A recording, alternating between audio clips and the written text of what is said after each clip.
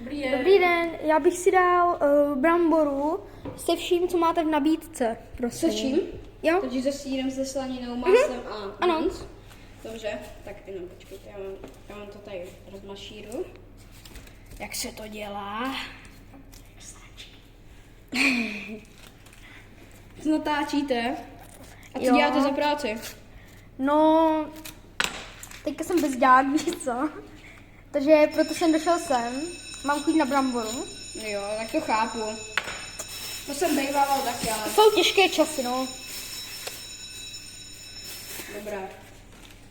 Časy jsou těžké. A kam naspěch? Vy to chcete tak rychle. Mám mít nějakou práci teď. A chcete ještě maso? Jo, dobré, to by mohlo jít. Tak dobré. Takže co chcete první? Sýr? Sýr asi.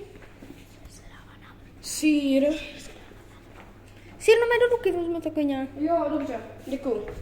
Takže první sýr, kolik chcete? No to víc asi. Ještě. Chcete extra? Jo. Dobře. Tak víc. Co vám je, pane? Je ta krása teda, jako, já bych to úplně, Co chcete teď? Teď bych tam dal asi slaninu. Dobře. Trošku, ne Trošičku. moc. Máte jí trošku míň, že? No, hodně lidí došlo dneska. Chápu, tak to stačí asi. Ne, malinko víc. Ne, dobrá. Tak. Tak. To A stačí. teďka pár beans, no.